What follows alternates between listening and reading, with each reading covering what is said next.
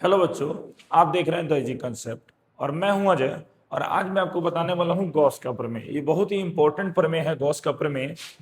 इसको आज हम जानेंगे बहुत ही आसानी तरीके से कैसे इसका डेरिवेशन निकालें हम। तो क्या होता है गॉस का प्रमेय, समझिए। इस चित्र को आप देख पा रहे हैं, इस चित्र को आप देख रहे हैं, इसी चित्र पर मैं आपको समझा रहा हूँ गॉस का प्रमेय। देखिए, ये हमारे पास एक दिख रहा है कि एक बंद पृष्ठ है और इस बंद पृष्ठ से जो विद्युत फ्लक्स गुजर रहे हैं। विद्युत फ्लक्स क्या होता है? तो किसी भी सरफेस से गुजरने वाली विद्युत क्षेत्र रेखाओं की संख्या। तो जो विद्युत फ्लक्स को हम फाई ई से सूचित करते हैं। ये बराबर होता है आवेश के और 1/ε0 गुना के। इसी बात को लैंग्वेज में लिख दे कि विद्युत क्षेत्र में किसी बंद तल से होकर गुजरने वाली कुल विद्युत फ्लक्स उस तल के भीतर उपस्थित कुल विद्युत आवेश के 1/ε0 गुना होता है। मान लेते हैं कि हमारे पास एक बिंदु O है जिस पर आवेश क्या रखा गया, Q रखा गया है। आवेश हमने रखा है Q और इसके चारों तरफ हमने गॉसियन पृष्ठ की रचना की है जिसकी त्रिज्या R है और केंद्र पर बना कोण ओमेगा है। इसको डी ओमेगा लिख देते हैं क्योंकि ये केंद्र पर जो बना कोण है पूरा कोण में से कुछ अल्पांश कोण है, इसलिए अल्पांश कोण को हम डी ओमेगा लिख रहे हैं। ठीक। और आपको बता दें कि इस बिंदु P का, यहाँ पे बिंदु P मान लेते हैं इसको, और इस बिंदु P का क्षेत्रफल हम मान लेते हैं dA है।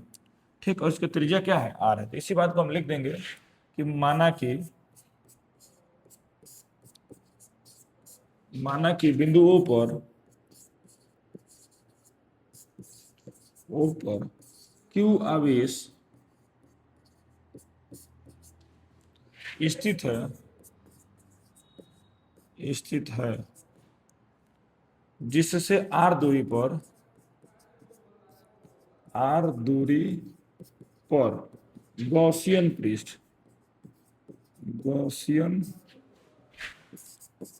पृष्ठ की रचना की गई है।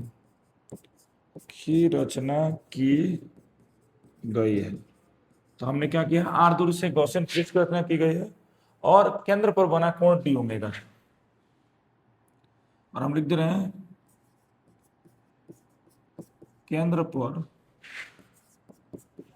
बना कोण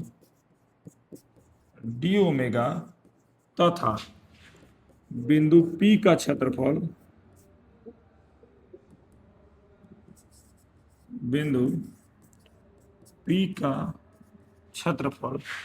dA है। ठीक। तथा उत्पन्न विद्युत क्षेत्र तीव्रता E है। तो जो हमको समझ में आ रहा है कि क्या क्या उत्पन्न हो रहा है। हमने देखा बिंदु O पर हमने Q आवेश लिया है, इससे R दूरी पे एक बिंदु P लिया है, इस P का क्षेत्रफल dA है, केंद्र पर बना कोण डी ओमेगा है और विद्युत क्षेत्र तीव्रता क्या है? E है। इस बात को हमने क्या किया है? लिख दिया है। अब इस बात को हमको सिद्ध करना है। क्या सिद्ध करना है? तो क्या कह रहा है एक बार समझिएगा कि इस बंद गोले से जब विद्युत क्षेत्र तीव्रता गुजरेगी तो जो विद्युत फ्लक्स उत्पन्न होगा यानी फाई, ये आवेश के 1/ε0 गुना होता है। यानी इसी बात को हमको सिद्ध कर देना है। यानी फाई बराबर Q/ε0। जब गुणा करेंगे तो क्या मिलेगा? फाई E बराबर Q/ε0। इस बात को हमको सिद्ध कर देना। कैसे सिद्ध करेंगे? देखिए, लिखेंगे चूंकि हम जानते हैं विद्युत फ्लक्स बराबर विद्युत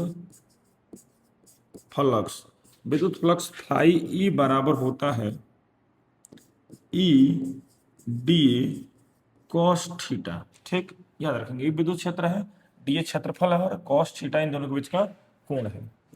और तथा E बराबर होता है 1/4πε0 Q/r²। Q यहाँ पे आवेश है और R क्या है? दूरी है। और अगर हम देख पा रहे हैं तो देखो E का मान इतना दिया हुआ है, तो E का मान इसमें उठाकर रख दें। तो E का मान यहाँ से उठाकर रख देंगे। आप लिखते चलिए साथ में, पहले समझ लीजिए तब मैं हट जाऊंगा। आप स्क्रीनशॉट ले लीजिएगा या लिख लीजिएगा। E का मान यहाँ उठाकर रख देंगे तो हमको दिखेगा फाई E बराबर, देखिए फाई बराबर E का मान रख रहे हैं 1/4πε0 क्यू बटा आर स्क्वायर, और हमको मिला क्या, D A cos theta, D A cos theta. ठीक, चलिए यहाँ हम देखते हैं कि फाई ई बराबर 1/4 पाई एप्सिलॉन नॉट क्यू। लेकिन एक चीज यहाँ समझने वाली बात क्या है कि यहाँ पे एक फार्मूला लगेगा, और फार्मूला क्या लगने वाला है, तो ये दिख रहा है डी ए कोस थीटा बटा आर स्क्वायर। देखिए डी ए कोस थीटा बटा आर स्क्वायर, तो डी ए कोस थीटा बटा आर स्क्वायर को हम लोग डी ओमेगा कहते हैं। क्या कहते हैं, डी ओमेगा, यानी कोण, घन कोण इसको बोलते हैं, केंद्र पर बना कोण, डी ओमेगा। ये फॉर्मूला है, डी ए कोस थीटा बटा आर स्क्वायर को क्या कहेंगे, डी ओमेगा कहेंगे, तब डी ओमेगा लिख देंगे। अब हम क्या करेंगे, थोड़ा सा ऊपर कर देते हैं इसको, या पहले इतना पे स्क्रीनशॉट ले लीजिए, इतना पे स्क्रीनशॉट ले लीजिए। अब क्या करेंगे, हम समाकलन करेंगे, समाकलन करने पर, समाकलन होता क्या बोले समझिए, समाकलन का मतलब होता है जोड़, समाकलन का मतलब जोड़। हम यह लिख सकते हैं दोनों तरफ समाकलन करने पर, तो समाकलन फाई ई बराबर 1/4 pi epsilon not Q D omega. आपको बस एक लाइन में बता दें कि समाकलन होता किसका है, जिसके साथ डी लगा होता है। अगर डी लगा है तो समाकलन होगा, ना तो समाकलन, देखिए डी है ना, D D omega, D omega का मतलब ये जो कोण केंद्र पर बना है यही क्या है, डी ओमेगा है। और समाकलन का मतलब जोड़ना, इस कोण को हमको जोड़ना है, तो जब इस कोण को जोड़ेंगे तो पूरा कोण हमको मिलेगा कि नहीं मिलेगा। कई लोग लग रहा है सर तब केंद्र पर बना कोण हो जाएगा, और केंद्र पर बना कोण 360 होता है, वो वृत्त के लिए होता है, केंद्र पर बना कोण 360 होता है।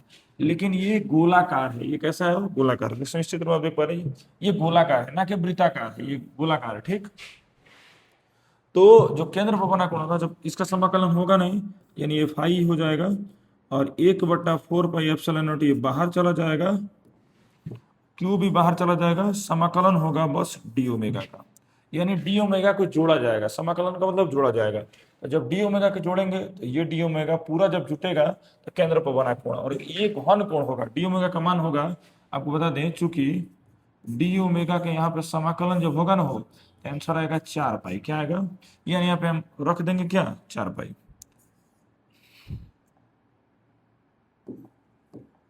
यानी हम लिख सकते हैं कि फाई ई बराबर 1/4 पाई एप्सिलॉन नॉट क्यू, इसका आंसर क्या आने वाला है, 4 पाई। तो देखिए ना, 4 पाई से 4 पाई कट गया, हमको क्या मिला, फाई ई बराबर क्यू बटा एप्सिलॉन नॉट, यानी यही हमको सिद्ध करना था। चलिए हमको क्या मिल गया, गॉस का प्रमेय का डेरिवेशन मिल गया। बहुत ही आसान था, अगर आपको समझ में नहीं तो इसको दोबारा चला के देख लीजिए। ठीक, अगर वीडियो पसंद आता है तो वीडियो को लाइक कर दीजिए, चैनल को सब्सक्राइब कर दीजिए। मिलते हैं नेक्स्ट वीडियो में, धन्यवाद।